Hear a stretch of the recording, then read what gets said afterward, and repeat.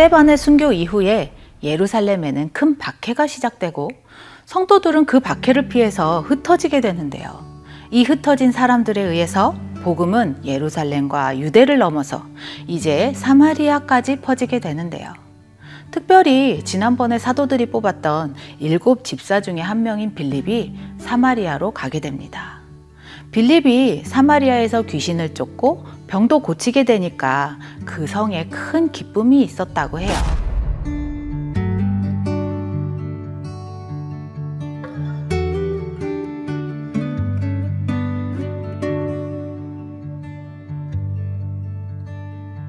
이 빌립이 행하는 능력을 보고 매혹된 마술사 시몬이라는 사람이 등장하게 되는데요. 이 사람이 계속 빌립을 따라다니는 거예요.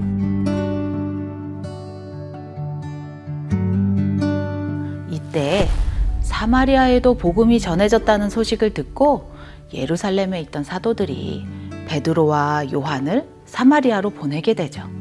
그리고 베드로와 요한이 안수하면 사마리아 사람들이 성령을 받았다고 합니다. 이때 마술사 시몬이 이런 걸 보고 욕심이 생겼나 봐요. 그래서 돈을 주고 권능을 사려고 합니다. 이때 시몬 베드로가 마술사 시몬을 엄청 책망하는 장면이 나옵니다. 생각해보니까 같은 시몬이네요. 그리고 나서 베드로와 요한은 예루살렘으로 그냥 돌아가지 않고 사마리아의 여러 마을에 들려서 복음을 전했다고 합니다. 근데요, 궁금한 거는 사도들이 아니라 왜 빌립이 사마리아에 갔냐는 사실이에요. 사실 빌립은 차별받고 소외당한 경험이 있었던 헬라파 출신이거든요. 그래서 소외된 사마리아 사람들을 긍휼히 여기는 마음이 있지 않았을까요? 사실 빌립의 사역은 베드로, 요한뿐 아니라 다른 모든 사도들의 관점에 변화를 가져다 준 중요한 터닝 포인트가 됐습니다.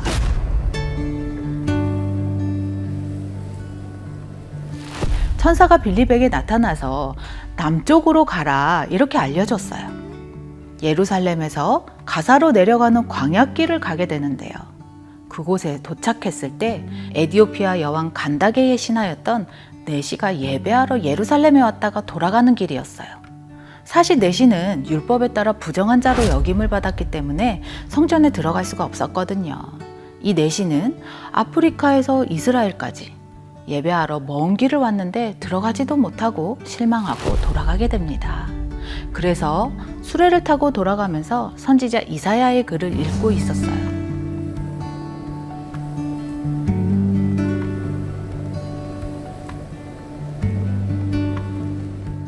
바로 그 이사야의 글에서 시작해서 빌립은 예수를 가르치고 복음까지 전했습니다. 내시는 물이 있는 곳을 발견하니까 세례를 받기 원했어요. 그래서 두 사람이 물속에 들어가 빌립이 내시에게 세례를 줍니다.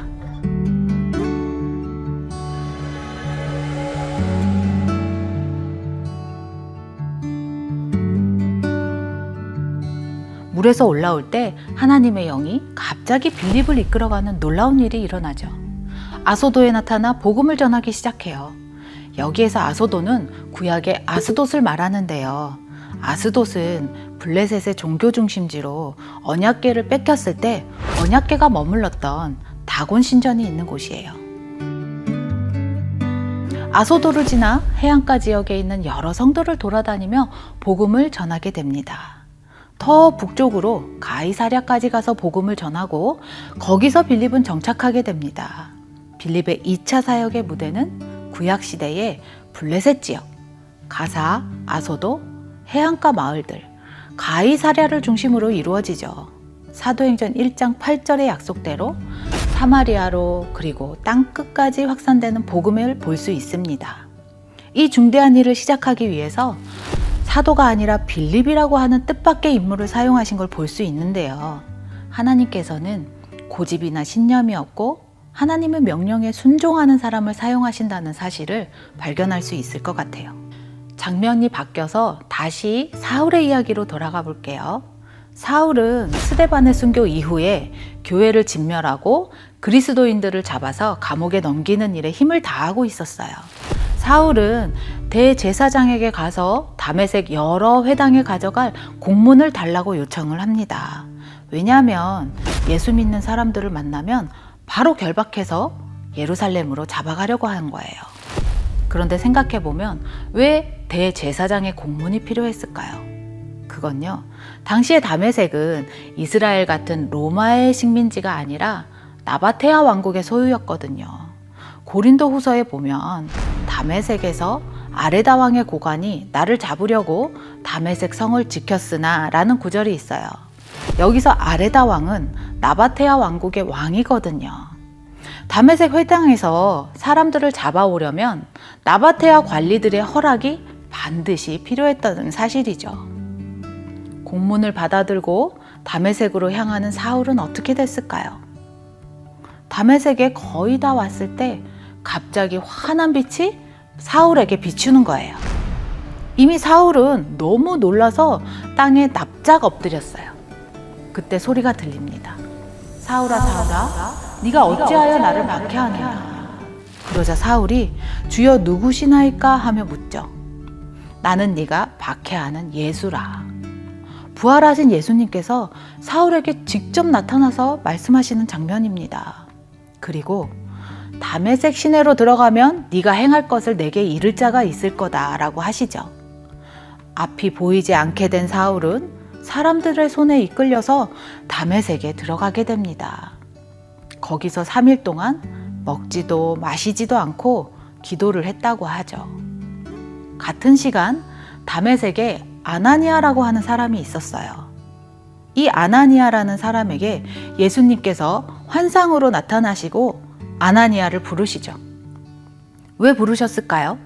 그건 사울과 만나게 하려는 거였어요. 그래서 직가라는 거리에 가서 사울을 만나라. 이 사람은 내 이름을 이방인에게 전하기 위하여 택한 나의 그릇이다 라고 말씀하십니다. 아나니아가 드디어 사울을 찾았고 안수했을 때 사울이 다시 보게 되는 장면이 나옵니다. 이제 사울은 다메섹에 있는 그리스도인들과 함께 머물게 되죠. 그리고 그 지역 회당들을 돌아다니면서 예수님이 하나님의 아들이라고 전하기 시작했습니다. 이후에 사울은 아라비아로 갔다가 다메섹에 들려서 3년 만에 예루살렘으로 다시 돌아오게 됩니다. 근데요, 사울이 갔던 아라비아는 어딘지 궁금하지 않으세요? 여기에는 2가지 견해가 있는데요. 첫 번째, 아레다 왕이 다스리는 나바테아 왕국이 아라비아라는 견해가 있고, 두 번째는 사울이 아라비아에 있는 시내산에 갔다 왔다는 견해가 있어요. 아라비아는 시내산부터 다메섹 인근까지 엄청나게 넓은 지역이거든요. 그래서 2가지 견해는 모두 가능성이 있는 거예요. 사울이 아라비아로 갔다는 사실은 갈라디아서 1장에서 아라비아로 갔다가 다시 다메섹으로 돌아갔노라 하는 구절을 찾을 수가 있습니다. 신약 성경에서 아라비아라는 단어가 나오는 또 하나의 유일한 구절은 갈라디아서 4장 25절에서 아라비아에 있는 시내산, 그러니까 사울이 시내산에 내려갔을 거라고 보는 견해도 타당하다는 사실이죠. 왜 시내산에 갔을까? 시내산은 하나님께서 모세와 대면해서 말씀하신 곳이고 또 모세를 가르치신 곳이거든요. 그곳에서 부활하신 예수님과 대면하며 예수님의 가르치심을 받았을 거라는 해석이 있습니다. 사도들은 예수님으로부터 직접 가르침을 받은 자들이라면 사울이 진정한 사도로서 인정받기 위해서는 다른 사도들처럼 예수님으로부터 직접 가르침을 받는 시간이 필요했을 거예요. 아라비아의 시간은 사울의 사도직을 확립하기 위해서 반드시 필요한 시간이었던 거예요. 그렇다면 첫 번째 견해, 사울은 나바테아 왕국과는 아무 상관이 없는가? 사울은 분명히 나바테아 왕국에도 들렸을 거예요. 고린도후서 11장 32절을 보면은 다메섹에서 아레다 왕의 고관이 나를 잡으려고 다메섹 성을 지켰으나 하는 구절이 있거든요. 사실 다메섹도 나바테아 왕국에 속한 땅이기 때문에 다메섹도 아라비아라는 거죠. 사울은 다메섹을 떠나 3년 동안 아라비아에 있는 시내산도 들렸고 또 나바테아 왕국도 들렸다고 보는 것이 타당하죠. 두 가지 견해 모두 맞는 것 같습니다. 사울은 아라비아로 갔다가 다시 다메섹으로 돌아왔는데요. 그를 죽이려는 자들이 많았어요. 그래서 그들을 피해 광주리를 타고 탈출하는 장면이 나옵니다. 사울은 이 장면을 회상하면서 내가 약한 것을 자랑하리라. 광주리를 타고 그 손에서 벗어났노라. 사람이 두려워서 도망갔던 약한 모습을 오히려 자랑하면서 내가 약할 때 하나님의 강함을 알게 되고 나의 연약함 속에서 주님의 위대하심을 깨닫게 된다고 고백합니다. 그 후에 3년 만에 사울은 예루살렘에 도착하게 되는데요. 예루살렘에 있던 제자들은 사울을 인정하지 못하고 두려워하면서 피하게 되죠. 이때 중요한 사람을 만나게 됩니다. 바로 바나바라는 사람인데요.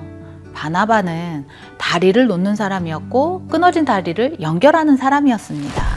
그럼 바나바는 제자들과 사울을 만날 수 있도록 도와줍니다.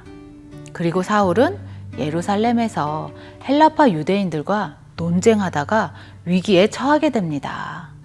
헬라파 유대인들은 사울을 막 죽이려고 하죠. 그래서 믿음의 형제들이 사울을 고향 다소로 보내며 다음을 기약하게 됩니다. 이제 사울이 떠나고 예루살렘은 어떻게 됐을까요? 그곳의 교회들은 사울이 떠난 후 평안하고 든든히 서갔다고 합니다.